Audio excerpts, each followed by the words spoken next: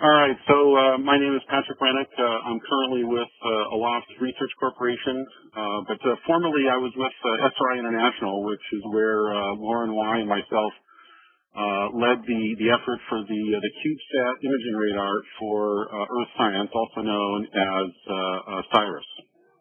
So we can go to the next slide.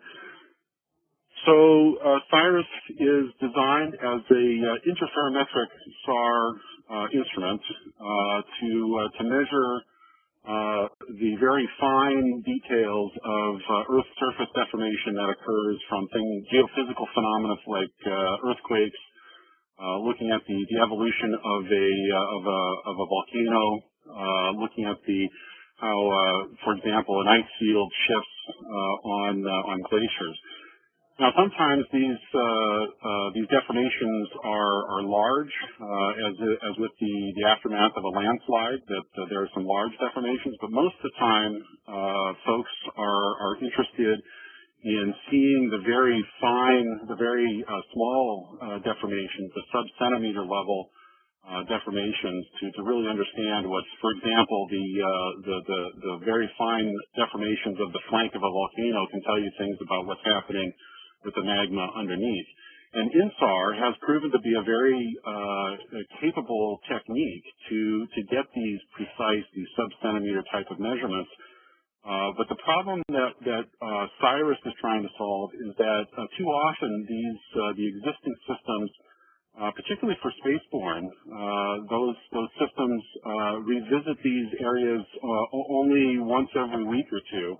And so you don't get the high temporal sampling needed to really understand the temporal evolution of these geophysical phenomena. I mean, even with airborne systems, that there are so few of them and the demand for them is great enough that you can't be measuring as much as the Earth science community would really like to measure these things.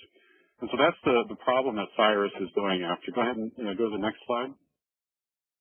And the way CIRES approaches that is to make an interferometric SAR instrument as compact and as low power as possible. So you can see the instrument that has been developed. So this was an ACT and an IIT that has been going on for a number of years now, and so we have the final version of the instrument. And it's packaged in a 10-centimeter cube, so roughly on the order of a CubeSat, 1U CubeSat type of form factor. And so once you get a high-performing INSAR instrument into this size, into this form factor, you can start to consider things like a CubeSat constellation, where you can get perhaps 100 of these sensors up in orbit and start to achieve daily revisit rates on many of these geophysical deformation events that are occurring on the surface of the Earth. Another platform that is emerging that looks very interesting and promising are these high-altitude, long-endurance platforms, whether they're altitude-controlled super-pressure balloons or high-altitude solar UAVs. The combination of compact, low power but high performing sensors with these type of platforms looks very promising, and there are a number of companies looking at developing these, including Aloft Research. That one of our key focus areas here at Aloft is developing a lighter than air, high altitude, long endurance platform, because we see that there's real potential for having a low system cost while maintaining persistent and continuous monitoring of Earth activities. Next slide, please.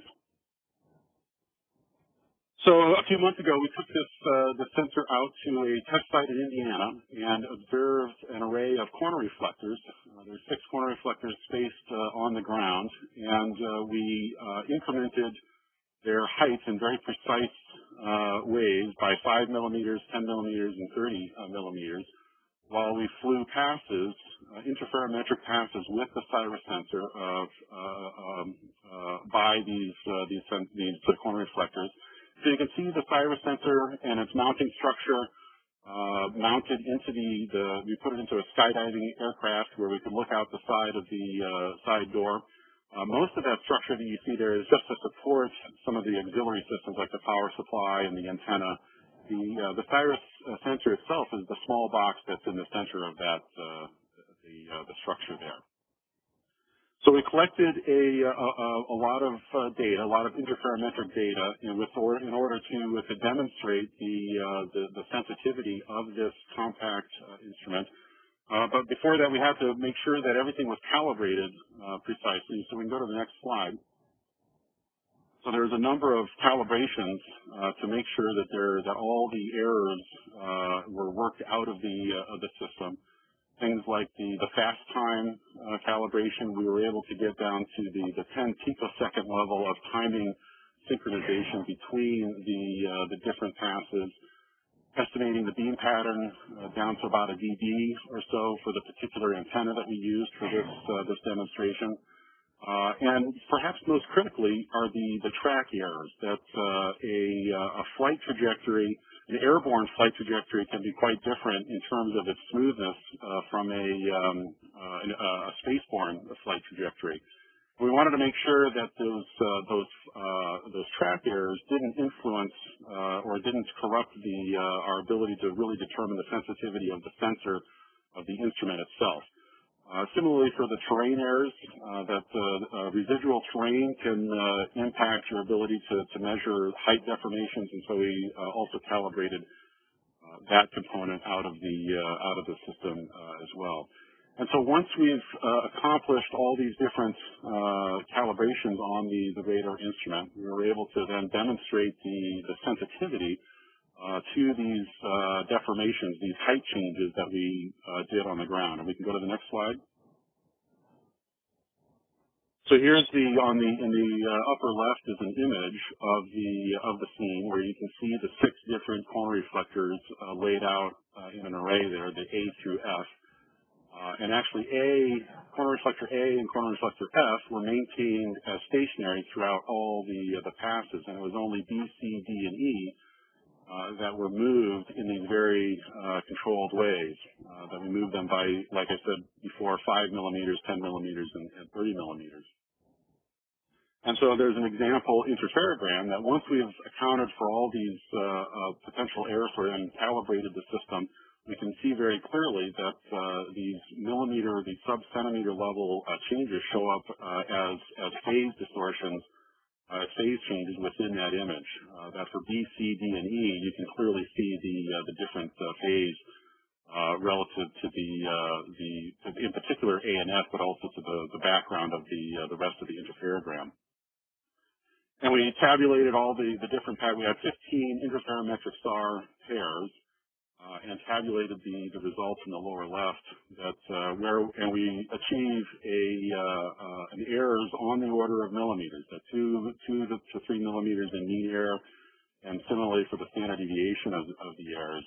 And then for further details on the right are those are the actual measurements that were made and the ground truth that goes along with them. And so you can see that we achieved our goal of sub-centimeter. As far as we know, this is the first demonstration of this level of performance for an INSAR instrument from an instrument of this size, of a CubeSat-sized instrument. Next slide, please. So just to wrap things up, that there's lots of benefits for Earth science to having a low-cost and proliferated INSAR sensing capability. That you can get a number of these instruments to enable continuous monitoring that captures the full temporal evolution of things like earthquake swarms, eruption events, and the minute details, the minute changes that precede a landslide, and things like that. Also, if you have a number of these sensors, you can get different geometries to provide three-dimensional deformation information rather than just height. There's potential to get 3D information. We see these as complementary to the large satellite systems, that they don't necessarily replace them, but they can validate the observations and they can provide a denser temporal sampling of various geophysical phenomena. And so here at Aloft, we see a very compelling combination between HALE, high altitude long endurance platforms, and these low power compact systems that to provide the continuous Earth sensing. there's obviously challenges, but we think we have a number of, we're continuing to work on solutions to achieving this kind of sensing capability. And that concludes my presentation.